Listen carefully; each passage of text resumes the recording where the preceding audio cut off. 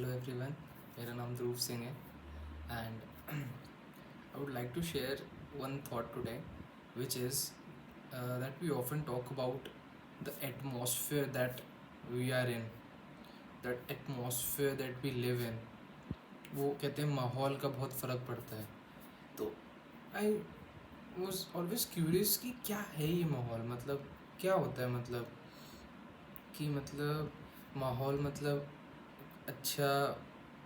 अच्छे लोग हैं या अच्छी बातें हो रही हैं.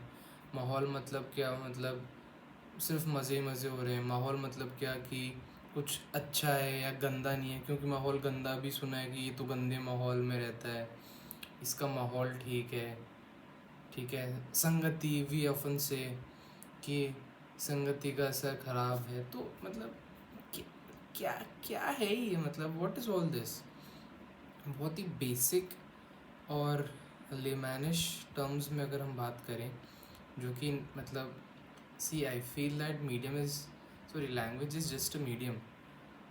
The message that I'm trying to convey or you are trying to convey should reach the other person, right?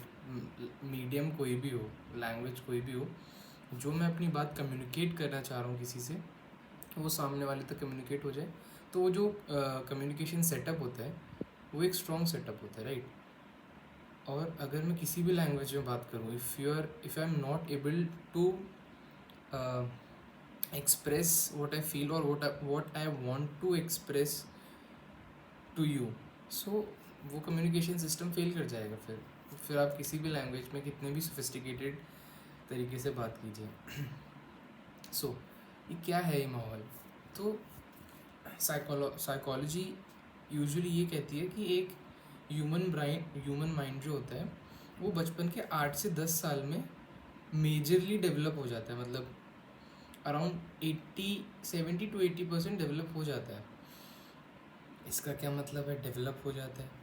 इसका ये मतलब है कि एक बच्चा जो कि 8 से 9-10 साल तक है, उसके बिलीव्स और उसकी सराउंडिंग्स उसकी दुनिया बन चुकी है, और जिसमें वो बड़ा हो गया, जिसमें वो पल गया, जो चीज़ उसने उस 8-9-10 साल में देख ली, वो उसका काफ़ी हद तक जो बेस है वो डिसाइड कर देती है. एक एग्जांपल लेते हैं. Okay, we often see that there are 2 kids. हम दो बच्चों का एग्जांपल लेते हैं. एक किसी ऐसे एरिया से है जहाँ पे अच्छी बातें नहीं होती, बुरी बातें होती हैं. उन लैंग्वेज में बहुत अब्यूज़िव लैंग्वेज है, और विमेंस को अच्छे से ट्रीट नहीं किया जाता है, और साफ़ सफाई पे इतना कुछ ध्यान नहीं है, एटिकेट्स में इतना कुछ ध्यान नहीं है, और ये सारी चीज़ें. एक तरफ एक किड है जिसके एटमॉस्फेयर में सिर्फ यही बातें हो रही हैं कि how to give respect to women, how to treat everyone equally, how to not differentiate among individuals on the basis of any parameters, and how to not throw garbage here and there, and how to be polite, how to be respectful. ये सारी चीज़ें हो रही हैं उसके surroundings में. अब surrounding से क्या मतलब है? तो 8-9-10 साल तक एक मेजरली एक बच्चे का जो वर्ल्ड होता है वो उसके पेरेंट्स होते हैं. अब जो उसके सराउंडिंग में वो देख रहा है, क्योंकि वो मतलब आप ये समझिए कि the kid is an alien for this world.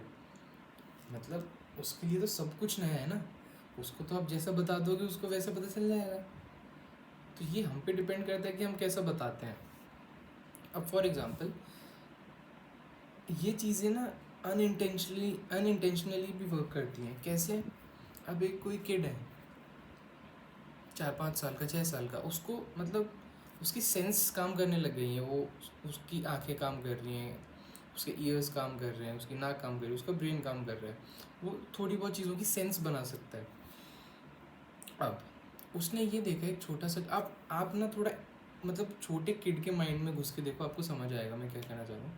आप सोचिए कि आप एक 5 या 6 साल के बच्चे, आप बिल्कुल ऐसे बैठे हैं और दुनिया को देख रहे हैं क्या हो रहा है आसपास. अब आप ऑब्ज़र्व करते हैं कि आपका कोई एक पेरेंट कोई भी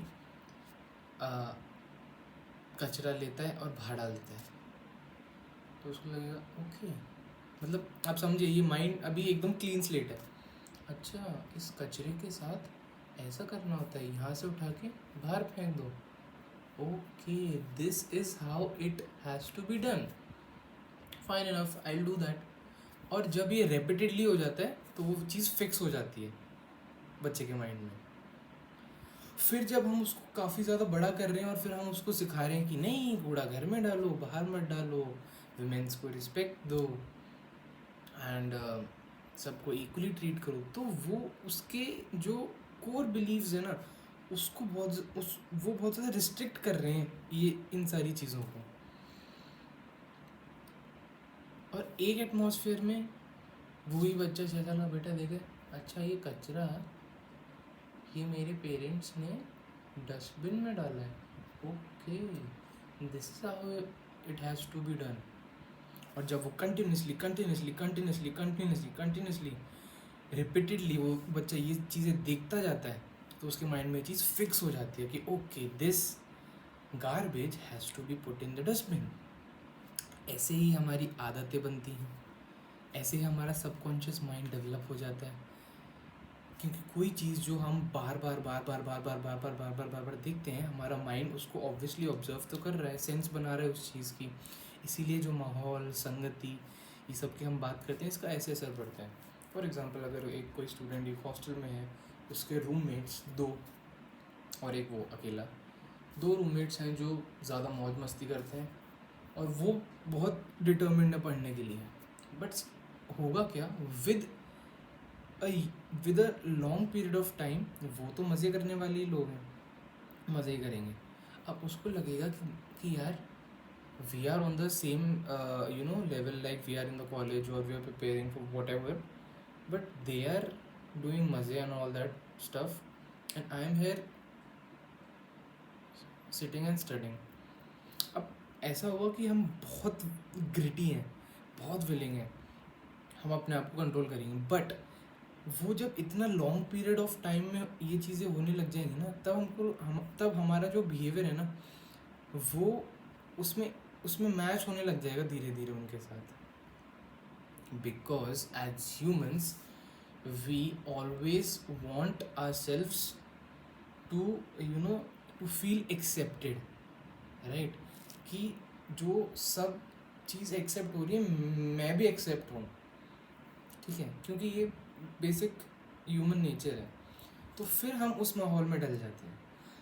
ऑन द अदर साइड, अगर कोई एक स्टूडेंट है जो कि मज़े करने वाला है, बट वो उनके साथ है जो बहुत ज़्यादा पढ़ते हैं, तो ठीक है, ये सारी चीज़ें लॉन्ग पीरियड के हिसाब से ही हैं, तो वो सोचेगा कि यार एक टाइम के बाद वो सोचेगा कि यार मैं सेम लेवल पे हूँ, ये भी सेम लेवल पे है, सेम कॉलेज सेम क्लास, मैं पूरे दिन मज़े कर रहा हूँ, ये पढ़ते रहते हैं टाइप्स, तो उसका जो नेचर है फिर वो वैसे इन्फ्लुएंस हो जाएगा और वो चेंज होने लग जाएगा धीरे धीरे, उसकी आदतें बदल जाएंगी धीरे धीरे। इसीलिए बहुत बार पेरेंट्स को कहते हुए सुना है कि बेटा संगति सही करो, और ये तो जब हम छोटे होते हैं तो क्या संगति है, क्या कहते रहते हैं पेरेंट्स, ये वो, है ना।